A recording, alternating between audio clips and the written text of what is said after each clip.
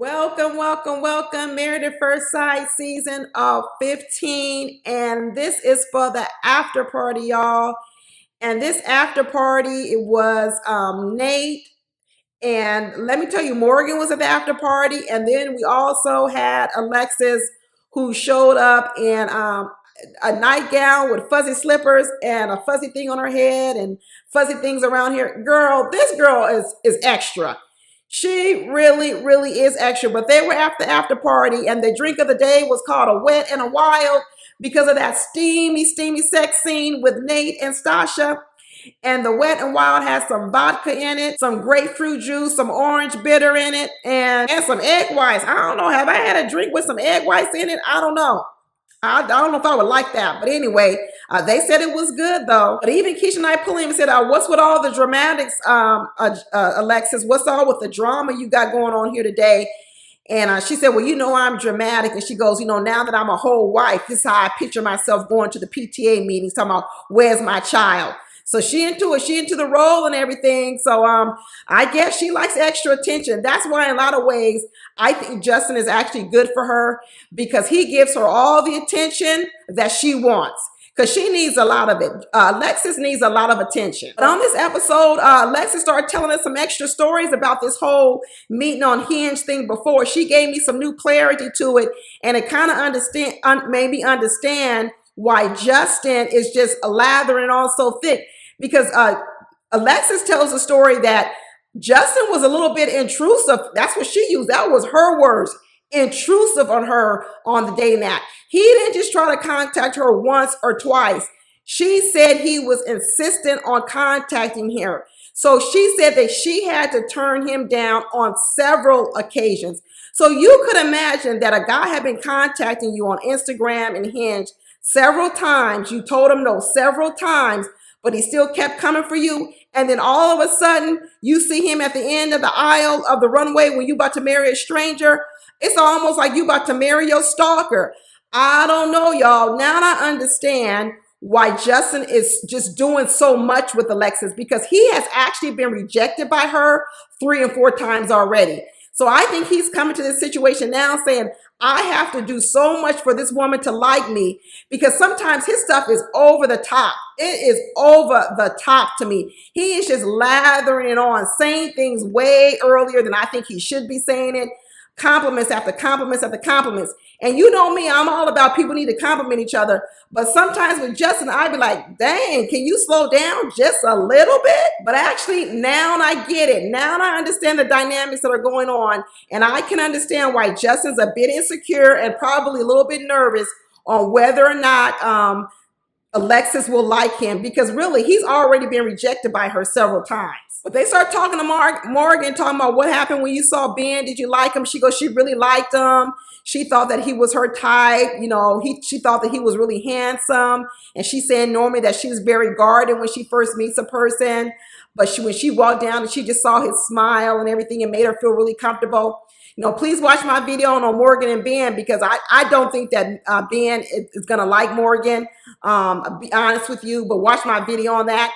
But she's saying at this moment, she's like, she really thought that he was attracted and she liked him. And I believe her. And even Alexis said they look like that couple that would be in the picture frame when you buy them pictures at the store. And they got that little fake couple in the picture frame. She said they really look good together in all their pictures and everything. And they look like the couple in the picture frame. They did look good together. And I like when they ask other couples about the couples, because you actually find a little bit of insight about the character of the person. And they asked Nate what he thought of Ben. And he said that he liked Ben. He said Ben was very goal-oriented and he's very accommodating, and that he was very open-minded. And I think that this is actually what's going to go on between Ben and Morgan. I think Ben is accommodating. And you'll see in my video, I talk about it, that even though he was telling Morgan that he thought she was pretty and she liked him, I don't believe him. I believe he was just saying it to get along. I think he was saying it to be nice and polite. But I don't believe that these two have chemistry, and I don't believe that Morgan is the type of woman that Ben would like. And in fact, I don't even think Ben is the type of man that Morgan would like, because she even said on the after party that normally she dates alpha men, and that's why she says, well, maybe that's why I never worked. Probably not, because alpha men don't want to be with another alpha woman, which Morgan is. So now Morgan is saying, well, maybe she does need to date another man like Ben, maybe that they won't clash, because she definitely is alpha and she doesn't pick up any vibes that he is. Here's the problem with women like Morgan. I say it all the time. Alpha men don't want to be tussling with alpha women all the time. And then a man who's not an alpha, he doesn't want to get run over by the Morgans. The Morgans of the world think they can just be the Morgans of the world. And then they just keep looking for someone. But really what the Morgans of the world need to do is they need to find a better balance. They need to tone it down just a little bit so that either man can be with them. So the alpha man can be with them, and also the men like Ben could be with them. Because the truth of the matter is, no one wants to be in a fight in a relationship, period. The Bens of the world who are not alpha don't want to be tussling with no woman like Morgan, drop kicking them and all that. And the alpha men don't want to be with the Morgans. I'm telling you, this is a dilemma for a lot of women, and they're going to really have to decide, are they going to just keep waiting for this other type of man to come along, or they're going to decide that they also need to make some changes so that they can also fit into the lives of other men, as opposed to the men always fit into the lives of them. And to me, that's what Morgan is looking for. She's looking for a man that fits into her world. You don't have to be one type of woman, but you do have to be a type of person that can get along with different types of personalities. You just can't be a person who just stays stuck here and you never want to move on your spectrum in order to fit in with other people. And that's what I want to see from Morgan. I want to see Morgan get off of where she is. I want to see her stretch a little bit. I hope that she can stretch with Ben, because off the rip, off the surface, I'm not seeing these two have a lot of chemistry. And then Keisha and I started asking Nate about, how's he feeling with Stasha. He said he's feeling very comfortable. He says on the first night, they spent a lot of time holding hands and everything, getting to know each other, having conversation. And he just feels like they have great chemistry and they're in sync. And that's the same thing I was picking up on with these two. She started asking him about his past, about selling the fake handbags. He's saying, yeah, it wasn't a good decision, but what it taught him was that he definitely wants to be an entrepreneur.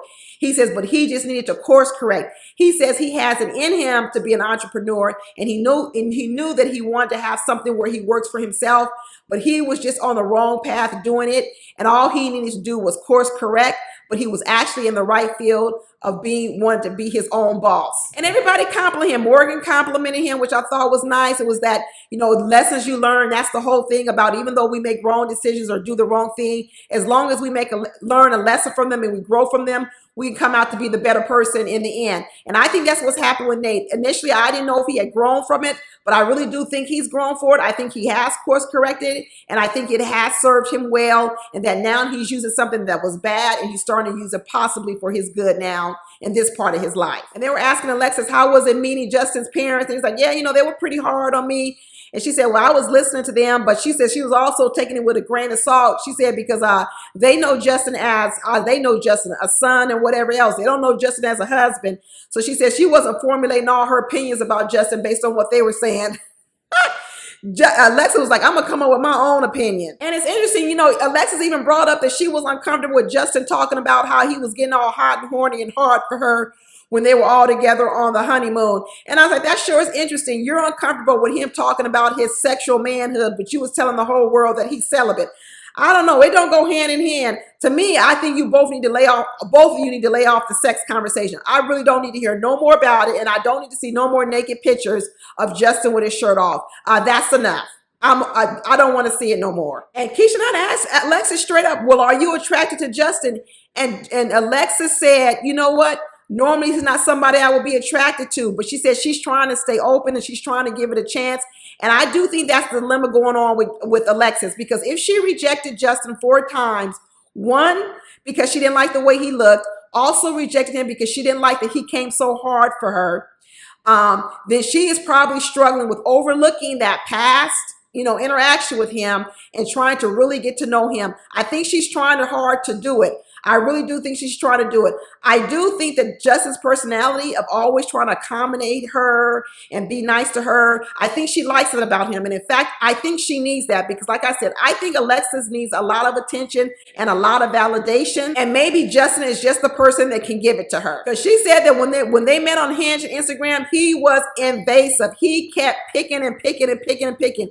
So he was like a pesky old fly that she couldn't shoo away. And all of a sudden they show up at the wedding. So maybe she, she's like, well, maybe this is fate. Maybe all this time, I was being frivolous or whatever else the case may be. Maybe this is what God had intended for them and they're supposed to meet. I really hope so that these two will make it. I'm still rooting for them. I hope that they can make it. I hope they can get past that first initial impression of each other and that Justin can relax and that Alexis can come to appreciate that part of him. Then they start talking about these cameras and asking, are everybody comfortable with the cameras? Alexis says she's comfortable with the cameras. She ain't got no problem.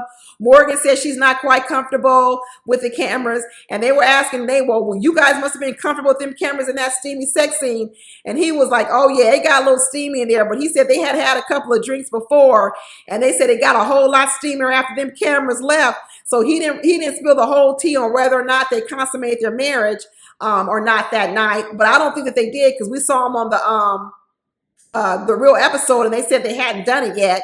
So it might have got more steamy, more heavy petting and everything. But he said, yeah, it got more steamy after them cameras left as well. But they was comfortable. He said he wasn't embarrassed in front of them cameras. He said he's just looking forward to spending more time with Stasha right now. And Alexis is saying she's looking forward to seeing how Justin handles himself in front of the other friends. Because she said she thinks you could tell a lot about a person by how they interact with other people. So she's looking forward to seeing Justin interact with other people besides just her. And Morgan's like, I'm just ready to get this honeymoon going because we've been so delayed at this point. She's ready just to start spending some time with her husband, being to really get to know him. But that's it, y'all. Be sure to check out my individual videos on the other couples and leave comments below and let me know what you think. I love talking to you. All right, talk to you later. Bye.